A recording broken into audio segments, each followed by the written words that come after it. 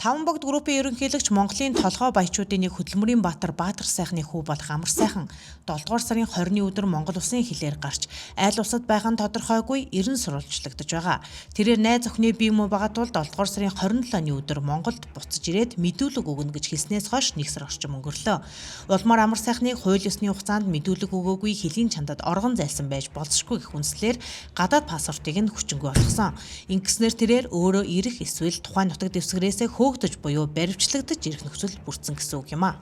Харин хохирогч 9-ийн хувьд нүүрний яс цөмөрсөн нэг нүдний хараа нь алдаж гэмтэл асуудлын үндэсний төвд эмчлүүлж байгаад хавсарсан олон гэмтэл шархтай онцтойгоор гадаад руу эмчлүүлэхээр явсан.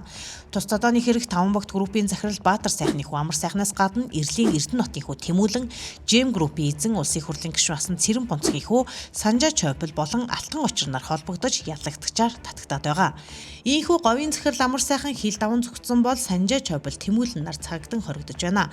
Удахгүй цагдаа ойрох хугацаанд дуусч мөнгөтэй айлын хүүхдүүдийн хэрэг хэрхэн шийдвэрлэгдэж хариуцлага хүлээлгэхийг олон нийт анхааралтай ажиглаж байна. Хууль хүн бүрт тэгш үйлчлэх ёстой юм а.